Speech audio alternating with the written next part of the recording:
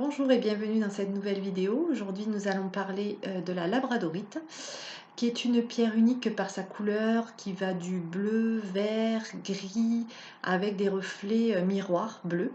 C'est une pierre assez particulière pour ça. Donc je vais vous la montrer. Donc là j'ai un petit pendentif donc que j'ai beaucoup porté, qui a un peu changé de couleur. Elles peuvent devenir carrément même transparentes, on va le voir après. Et là j'en ai une un petit peu plus grosse où peut-être on verra un petit peu plus les reflets bleutés. Donc elle est grise et bleutée, la mienne beaucoup. Et des fois on peut avoir vraiment des pierres avec des reflets très verts. Voilà, donc c'est une très jolie pierre en général, les gens aiment bien cette pierre.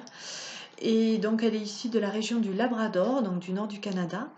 Et les Inuits pensaient, donc les autochtones Inuits, c'est-à-dire ceux qui habitaient dans le nord du Canada, pensaient que donc c'était une pierre de feu issue des aurores boréales du sud et du nord de la planète. Et c'est, selon la légende, la frappe d'un guerrier qui avait une lance en labradorite, qui a frappé le ciel en fait avec sa lance et qui aurait enfermé les aurores boréales dans sa lance, et ce qui fait cette couleur très particulière à cette pierre. Donc chez les anciens, elle renferme aussi l'âme des ancêtres. Et selon les pays et les croyances, elle revêt plusieurs noms. Donc vous allez la trouver sur plusieurs noms, par exemple la spectrolite, la carnatite, la silicite, ou la pierre de lune arc-en-ciel, que l'on a vu hier, je crois, ou avant-hier, qui est la pierre de lune. Vous pouvez aussi trouver ce nom-là pour la labradorite. Donc sur le plan physique, elle régénère suite à une grosse fatigue, donc on peut l'utiliser après par exemple un accident, après un accouchement, après une anémie prolongée. Elle atténue aussi les douleurs. Donc par contre il ne faut pas la porter le soir sur soi, car elle empêche le sommeil, car la labradorite se charge des énergies négatives de la journée et va vous les restituer la nuit. Donc au contraire, la nuit il faut la purifier. Donc elle rétablit l'harmonie entre le yin et le yang, elle régule le métabolisme, les troubles hormonaux et la pression artérielle. Donc ça c'est sur le plan physique. Sur le plan mental et psychique, donc c'est là où elle a le plus de, on va dire, d'effets, et c'est pour ces raisons qu'elle est le plus utilisée.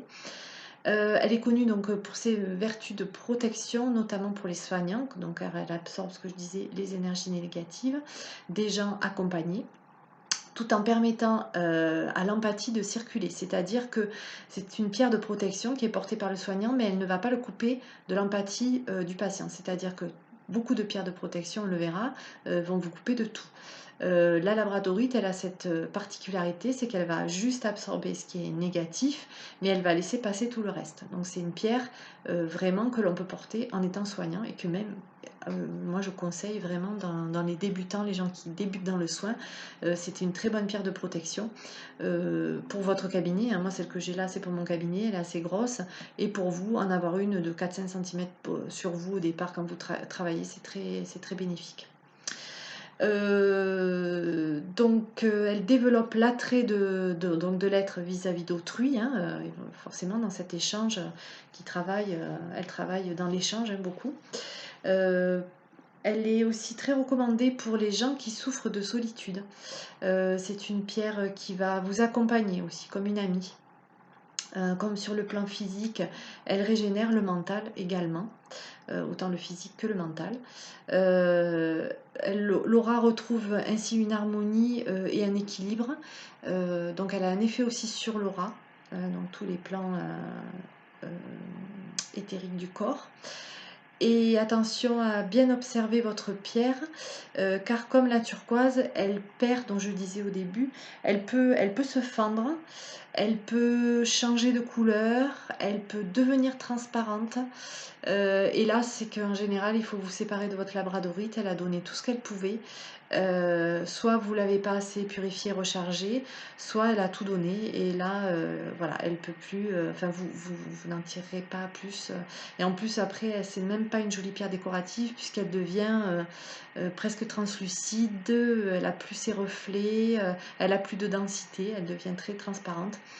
Donc voilà, pensez-y que s'il y a des grosses modifications dans la pierre, c'est que là, il est temps d'en changer et de vous en séparer. Vous pouvez l'enterrer, la remettre dans la terre et voir plusieurs mois, voir s'il y a quelque chose qui se passe. Mais en général, c'est qu'elle a donné tout ce qu'elle avait à donner. Voilà, ensuite il existe, alors je vous le mettrai dans les photos accompagnant la vidéo parce que je n'en ai pas, des labradorites dorés aussi, donc c'est la même pierre mais avec des reflets beaucoup plus dorés que bleutés que celles que j'ai. Et celles-ci, elles sont vraiment là pour apaiser le mental. Elles vont travailler là-dessus, sur l'apaisement spécifique du mental de façon plus puissante. Voilà, j'espère que cette vidéo vous a plu et je vous dis à demain pour une nouvelle vidéo. Au revoir.